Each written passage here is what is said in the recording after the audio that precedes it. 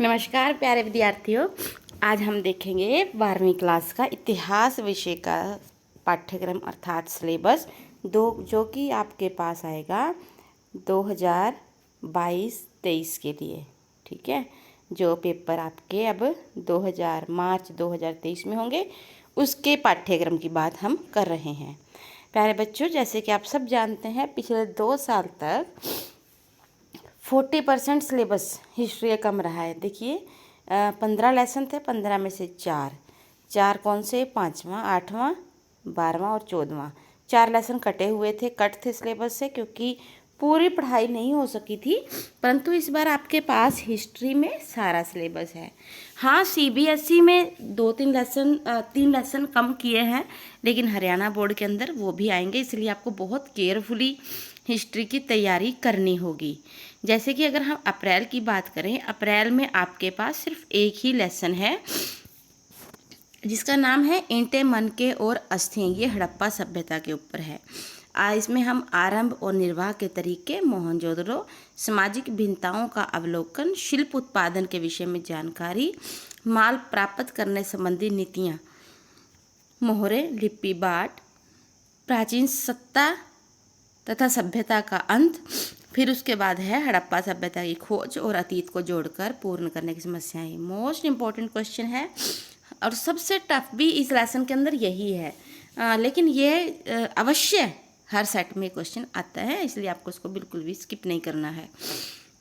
यहाँ पर मैं आपको बता देती हूँ कि +2 की एनसीईआरटी की बुक के अलावा आप 10th क्लास की एनसीईआरटी की बुक का पहला लेसन भी ज़रूर पढ़ें, क्योंकि कुछ नई चीज़ें ऐड हुई हैं जो आपके बहुत काम आ सकती हैं। और लेसन का वजन बहुत ज़्यादा है।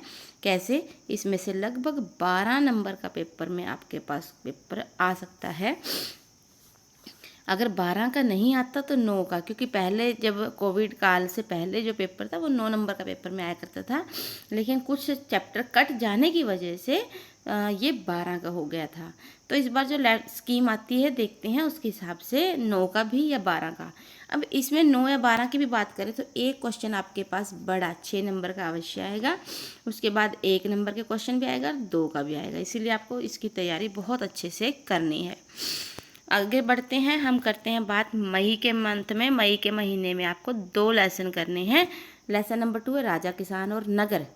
ये 600 ईस्वी पूर्व से 600 ईस्वी यानी कि 1200 साल को कवर करता है। प्रिंसप और प्रियदर्शी और आरंभिक राज्य, उसके बाद आरंभिक साम्राज्य, राजधर्म के नवीन सिद्धांत, बदलता हुआ देहात, नगर और व्यापार, मूल बातें और अभिलेख साक्ष्य की सीमा। प्रोजेक्ट भी है साथ में। पहले बच्चों, हमने इसके ऊपर बहुत ज़्यादा मेहनत से बहुत ही अच्छी वीडियोस बनाई हुई हैं। आप डिस्क्रिप्शन बॉक्स में जाकर उनके लिंक को खोलकर सारी वीडियोस देख सकती हैं। साथ में ही आपको बता दें कि हमने क्विज़ जो पिछले कुछ सालों में पेपर में बार बार क्वेश्चन आए, वो सभी उनके क्विज़ बनाए हुए हैं, आप उसे कर सकते हैं। तीसरा, 1-1 मार्क्स के क्वेश्चन लगभग 80 से 125 के बीच में हमने हर लेसन के क्वेश्चन बना दिए हैं। आप उन्हें भी डिस्क्रिप्शन बॉक्स में जाकर देख सकते हैं। बस अगर आपने 1-1 मार्क्स के क्वेश्चन उसी वीडियो के अनुसार कर लिए तो आपको बाहर से एक भी क्वेश्चन पेपर में नहीं आएगा, क्योंकि हिस्ट्री पढ़ाने के अंदर हमारा जो एक्सपीरियंस है वो 15 साल का है। और 15 साल से हम देखते आ रहे हैं कि कौन से चैप्टर में से कितने मार्क्स के और कौन से क्वेश्चंस आते हैं। हाँ, शुरू में 2006-07 की बात करें, 8 की, तब सिलेबस और थे। हाँ, लेकिन जैसे ही सिलेबस चेंज हुआ तब से लेकर अब तक वही क्वेश्चंस कौन कौन से आएंगे, कौन से आपके लिए जो है इम्पोर्टेंट है, वो हमने सब उसकी वीडियोस तैयार कर रखी हैं, आप वहाँ देख सकते हैं। उसके बाद है लेसन नंबर 2 के बाद लेसन नंबर 3। लेसन नंबर 3 जो है वो है महाभारत का समालोचनात्मक संस्करण और बंधुत्व, जाति एवं वर्ग। ये भी इस लेसन का नाम है। ठीक है, अगर आप देखेंगे ना लेसन का नाम, तो वो होगा बंधुत्व, जाति एवं वर्ग, जिसमें पूरा का पूरी जो इंफॉर्मेशन है वो महाभारत से उठाई हुई है, महाभारत काल से, जिसमें महाभारत का समालोचनात्मक संस्करण भी आ जाएगा। नातेदारियाँ, विवाह के प्रकार, प्राचीन नए, साथ में परिवार की परिभाषा, परिवार के जो प्रकार हैं वो आ जाएंगे। सामाजिक विषमताएं में आ जाएगा कि उस समय का समाज था जो महाभारत काल का, उसमें सामाजिक विषमताएं कैसे थी, भेदभाव कैसे थी, फिर जन्म से परे संसाधन और प्रतिष्ठा ये कैसे काम करते थे। बहुत ही खूबसूरत लेसन हमने बहुत अच्छे ढंग से ग्राफ्स के साथ और डायग्राम्स के साथ इसको समझाया है। आप वहाँ से इसका फ़ायदा ज़रूर उठाएं। साहित्यिक स्रोतों का इस्तेमाल कर सकते हैं और एक गतिशील ग्रंथ कैसे है, जितना इसमें टॉपिक है उससे कहीं ज़्यादा डिटेल में हमने इस लेसन को पढ़ाने का प्रयास किया है, क्योंकि पेपर में तो कहीं से भी आ सकता है। उस लेसन से रिलेटेड काफ़ी इंफॉर्मेशन जो होती हैं थोड़ी सी आउटसाइडर भी होती हैं, तो वो हमने सब की सब जो है उसमें ऐड की हैं। साथ में एक एक मार्क्स के क्वेश्चन, जब आपके पास 80 90 100 तक क्वेश्चन जो होंगे वो सारे लेसन को खोल के रख देंगे। उसके बाद जून में ग्रीष्मकालीन अवकाश रहेगा 1 से 30 जून तक। उसके बाद अगर हम जुलाई की बात करें, जुलाई में आपके पास 4th लेसन होगा, विचारक विश्वास और इमारतें, सांस्कृतिक विकास, ये आ जाएगा सारा इसके अंदर। इसमें हम सांची के स्तूप को देखेंगे, सांची के स्तूप की झलक, सांची के स्तूप की स्थिति, फिर हम पृष्ठभूमि बात करेंगे कि जब ये वैदिक काल था तब यज्ञ, वैदिक पीरियड यानी कि ऋग्वैदिक और उत्तर वैदिक पीरियड में यज्ञों की क्या स्थिति थी। फिर हम लौकिक सुखों के आगे महावीर, स्वामी महावीर के यानी कि जैन धर्म के बारे में पढ़ेंगे।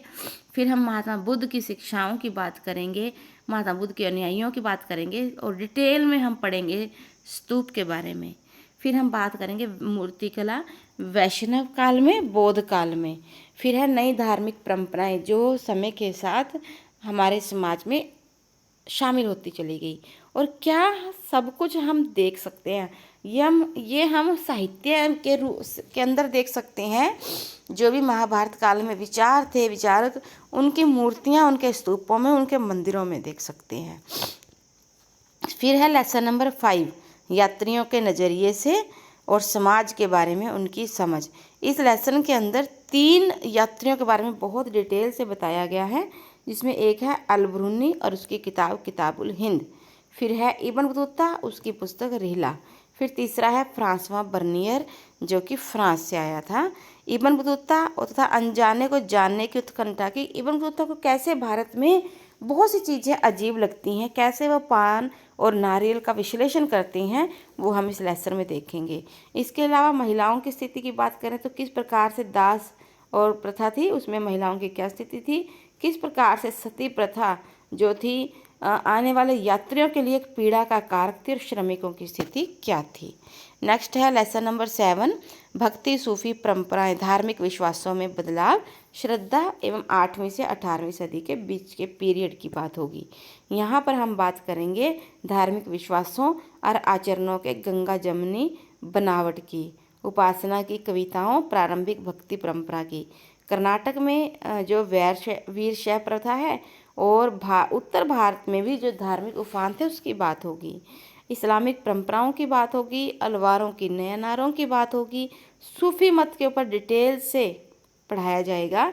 साथ में ही अलग अलग धार्मिक परंपराओं की, भक्ति आंदोलन के संतों की बात होगी।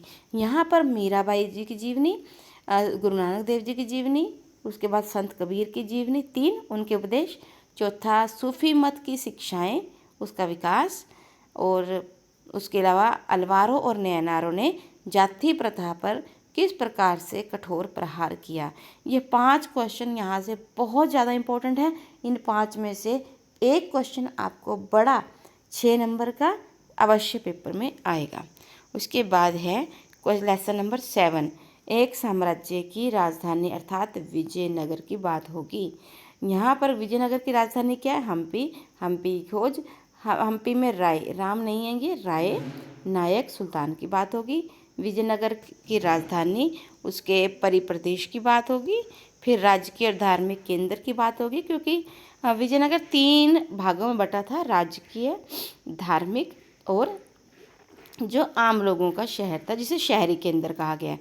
राजकीय, धार्मिक और शहरी केंद्र। अब राजकीय केंद्र में जो मंदिर महल हैं और बाजार है उनका वर्णन, फिर धार्मिक केंद्र में है उनका वर्णन, फिर शहरों में जो वो वाला, शहरों में जो शहरी केंद्र है उसमें वो कॉमन मैन के लिए चूज़ किया गया है।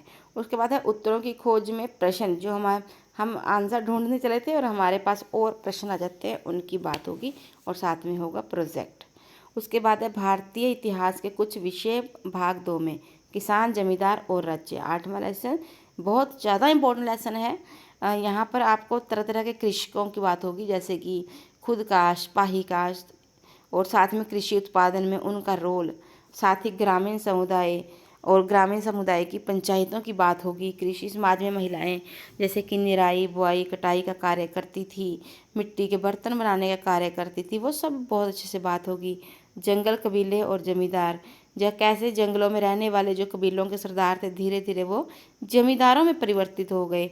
भू राजस्व प्रणाली कैसी थी, चांदी का बहाव। चांदी का बहाव ये है कि भारत में चांदी इतनी अधिक नहीं अब नेचुरल रिसोर्स के तौर पर होती, लेकिन फिर भी भारत में चांदी बहुत ज़्यादा है। क्यों? क्योंकि हमने इतना अच्छा व्यापार किया है। हमने अपने मसालों के लिए, कपड़ों के लिए, मलमल के लिए इतने फेमस रहे हैं कि उसे दूसरे देशों में निर्यात कर कर बदले में जो चांदी हमारे देश में आई है, बहती रही है, उसे कहा गया चांदी का बहाव। फिर है अबुल फजल की आईने अकबरी, क्योंकि हमारा जो ये पूरा लेसन है ये अबुल फजल की आईने अकबरी से ही उठाया गया है। उसके बाद है लेसन नंबर 9 शासक और इतिवृत्त, मुगल दरबार। यहाँ पर हम मुगल शासकों की बात करेंगे। मुगल शासकों की बात करते करते फिर हम सबसे पहले मुगल शासक बाबर, हुमायूं, अकबर, जहांगीर, शाहजहां, औरंगजेब, और थोड़े हम बाद के शासकों की बात भी करेंगे। उसके बाद हम उनका साम्राज्य और उनके समय में लिखे गए इतिवृत्त। इतिवृत्त का अर्थ होता है ऐतिहासिक पुस्तकें जो समय में लिखी गई, और उन पुस्तकों के अंदर जो रंगीन चित्र थे, थोड़े थोड़े छोटे छोटे, जिन्हें लघु चित्र बनाए जाते थे, उनकी बात करेंगे। साथ में ही अकबरनामा अकबर के टाइम में लिखा गया, और बादशाहनामा जो कि शाहजहां के टाइम में लिखा गया, उनका कंपैरिजन होगा। आदर्श राज्य, राजधानी, दरबार की बात होगी, शाही परिवार की बात होगी, और सीमाओं से परे औपचारिक धर्म के प्रश्न उठाना, ये भी इस लेसन के अंदर बात होगी। फिर है लेसन नंबर 10 उपनिवेशवाद और देहात। यहाँ पर बंगाल और उसके जमींदारों की बात होगी। फिर हम कुदाल और हल, क्योंकि कुदाल का अर्थ होता है कसी, जिससे ज़मीन खोदी जाती है, और हल जिससे खेत को बहाया जाता है, उसकी जो बहाकर खेती की जाती है। तो यहाँ पर 2 प्रकार के लोग, पहाड़िया और संथालों की बात होगी लेसन में। और क्योंकि वो आपस में उनके कृषि करने का जो नेचर था, एग्रीकल्चर नेचर था, वो अलग था, नहीं बनती थे, इसलिए लड़ाई भी हुई। और जो पहाड़िया लोग थे वो कुदाल का प्रयोग करते थे खेती करने के लिए, जबकि संथाल जो थे हल का प्रयोग करते थे, इसलिए उनकी लड़ाई जो थी वो कुदाल और हल का प्रतीक बन गई। बहुत ही इंपॉर्टेंट लेसन है ये, बहुत मज़ेदार, आपको जरूर करना चाहिए ये। देहात और विद्रोह कौन कौन से, जैसे संथाल विद्रोह खुद अंग्रेजों के बसाए हुए, फिर संथालों ने ही अंग्रेजों के खिलाफ विद्रोह कर दिया। दक्कन दंगा आयोग की बात होगी। लेसन नंबर 11 की ओर बढ़ते हैं, विद्रोही और राज। 1857 का आंदोलन, विद्रोह का ढर्रा, विद्रोह में अवध में विद्रोह, विद्रोही क्या चाहते थे, कारण भी होंगे, परिणाम भी होंगे। हम यहाँ लेसन बहुत इंपॉर्टेंट है, यहाँ से फिर आपको बड़ा क्वेश्चन आ सकता है। और दमन और विद्रोह की छवियाँ, उस समय में जो चित्र जो हैं आज भी अभिलेखागारों में हमें मिल सकते हैं, उन चित्रों पर बात होगी कि किस प्रकार से जो है चित्रों के जरिए 1857 के विद्रोह को पेश किया गया। नेक्स्ट बढ़ते हैं अपने औपनिवेशिक शहर, नगरीकरण, नगर योजना और स्थापत्य। पूर्व औपनिवेशिक काल में कस्बे और शहर। यहाँ पर क्या है कि औपनिवेशिक काल का अर्थ है वो समय जब अंग्रेजों का भारत पर कब्जा था। उस पीरियड के अंदर जिन जिन शहरों ने विकास किया, जो जो नगर अस्तित्व में आए, उन्हें औपनिवेशिक नगर कहा गया। अब औपनिवेशिक शहर कौन कौन से थे? मेनली कलकत्ता, बम्बई और मद्रास, जो अंग्रेजों ने बसाए भी और इनका विकास भी किया। अब ये नए शहर कैसे थे? पृथ्वीकरण, नगर नियोजन और भवन निर्माण होगा। इमारतें और स्थापत्य शैली क्या बताती हैं। उसके बाद है दिसंबर की बात करें तो महात्मा गांधी और राष्ट्रीय आंदोलन, ये बहुत इंपॉर्टेंट है, यहाँ से आपको एक 6 मार्क्स का क्वेश्चन अवश्य आएगा। यहाँ पर हम गांधी जी के प्रारंभिक आंदोलनों की बात करेंगे, गांधी जी को एक नेता के रूप में कैसे वो उभरते हैं इसकी बात होगी। फिर गांधी जी के असहयोग आंदोलन, नमक सत्याग्रह, भारत छोड़ो आंदोलन, और गांधी जी के आखिरी बहादुरनामा दिनों की, और गांधी जी को समझना, क्योंकि गांधी जी को समझने के लिए उनकी बुक्स को, उनके द्वारा साहित्य, उस समय के लिखे गए साहित्य को पढ़ना बेहद आवश्यक है। ये उसके बाद हम करेंगे लेसन नंबर 14, विभाजन को समझना। यहाँ पर देखिए, जब विभाजन होता है और रातों रात 1.5 करोड़ जो लोग थे वो एक स्थान से दूसरे स्थान पर चले जाते हैं, तो उस पीड़ा को समझने के लिए उस बंटवारे के अनुभव को यहाँ पर बहुत अच्छे से बयान किया गया है।